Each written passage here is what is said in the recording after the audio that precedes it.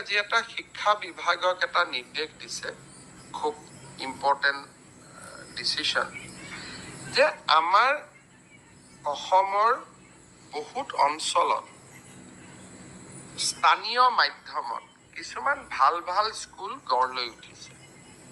শংকৰদেৱ শিশু নিকেতন, জাতীয় বিদ্যালয়, বিভিন্ন আমাৰ বৰাক ভেলীত সৰস্বতী শিশু নিকেতন হ'ব, বিভিন্ন বিদ্যালয় য'ত নেকি ভাল ভাল স্থানীয় ভাষাৰ শিক্ষানুষ্ঠান গঢ় লৈ উঠিছে। আজি আমি শিক্ষা বিভাগক নিৰ্দেশ দিছোঁ যে সেই বিদ্যালয়সমূহৰ 25% চিট চৰকাৰে লৈ ল'ব পাৰে নেকি, আৰু চৰকাৰে ষ্টুডেণ্ট নিদিয়ে, গাঁওখনৰে দুখীয়া 25% ল'ৰাই এডমিশ্যন ল'ব পাৰে নেকি। RT এক্টত তাৰ ব্যৱস্থা আছিলেই, কিন্তু আমাৰ অসম চৰকাৰে তাক ইমান দিনে ৰূপায়ণ কৰা নাছিলে।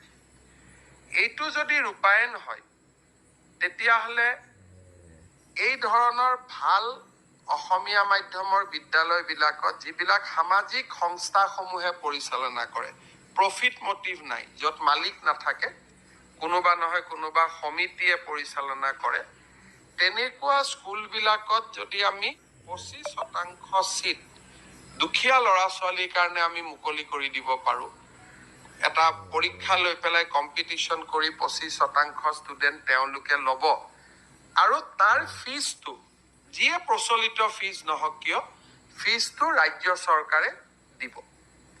তেতিয়া বহুত ল'ৰা ছোৱালী, দুখীয়া ঘৰৰ ল'ৰা ছোৱালী যাৰ মনত এটা ইচ্ছা থাকে, কিছু অন্ততঃ মেধাৰ ভিত্তিত পৰীক্ষা দি তেনেকুৱা স্কুলবিলাকত নামভৰ্তি কৰিব পাৰিব। আৰু ইয়াত স্কুলৰ কোনো আমি ঠিক কৰি নিদিওঁ, যি স্কুলে পঞ্জীয়নভুক্ত কৰে। কোনোবাই ক'ব পাৰে শংকৰদেৱ স্কুলৰ কাৰণে মৰম কৰিলে, তেনেকুৱা নহয়। স্কুলখনেও পঞ্জীয়ন কৰিব লাগিব যে হয়, এইটো আঁচনিৰ অধীনত মই 25% ষ্টুডেণ্ট ল'ব খোজোঁ। আৰু যি স্কুলে ইংলিছ মিডিয়ামক আমি নিদিওঁ, অকল মাধ্যমিক যিটো ভাষা, বড়ো মিডিয়াম, অসমীয়া মিডিয়াম, বৰাক ভেলীত বেংগলী মিডিয়াম, বা স্থানীয় জনজাতীয় মিডিয়াম যিকেইটা আছে, ৰাভা মিডিয়াম আছে, যি অসমীয়া আৰু থলুৱা ভাষা বা বৰাক ভেলীত বেংগলী ভাষাত কৰে, তেওঁলোকৰ সেই ধৰণৰ স্কুলেহে ইয়াত আবেদন কৰিব পাৰিব। আৰু এইটো হৈ গ'লে বহুত ল'ৰা ছোৱালীয়ে গুণগত শিক্ষা পাব পাৰিব। গতিকে এই ক্ষেত্ৰতো, এইখনতো আমি এই ধৰণৰ এটা নতুন আঁচনিটো নতুন নহয়, RT এক্টত আগৰ পৰাই আছে, কেতিয়াও আমি তাক ৰূপায়ণ কৰা নাছিলোঁ। এই ব্যৱস্থাটো আনিব পাৰি নেকি, শিক্ষা বিভাগক আমি পৰামৰ্শ দিছোঁ, আৰু শিক্ষা বিভাগকো আমি বিভিন্ন সংগঠন, বিদ্যানুৰাগী সংস্থাৰ লগতো ইয়াত কথা পাতিব দিছোঁ। পোনে পোনে আমি সিদ্ধান্ত লোৱা নাই।